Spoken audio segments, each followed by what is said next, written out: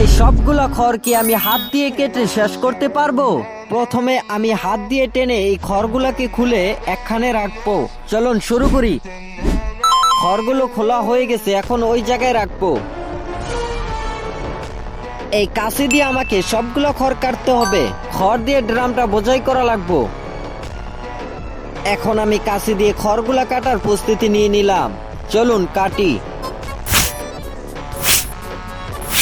প্রায় আধা হয়ে গেছে খড় কাটা, তার মধ্যে আমার হালত খারাপ হয়ে গেছে। খড় কাটতে কাটতে রোদে পুরো ঘেমে যাচ্ছি। এখন দেখতে পারছেন খড়গুলা কেটে ড্রামটা লুট করে নিয়েছি। অল্প একটু আছে, এগুলা কেটে মাটিত রাখবো। অল্প একটু কাটতেই তো হালত খারাপ হয়ে যায়। খড় কাটা শেষ।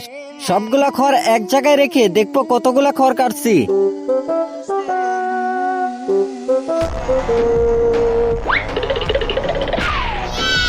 তো এখানে দেখতে পারতেছেন অনেকগুলা খড় কাটছি।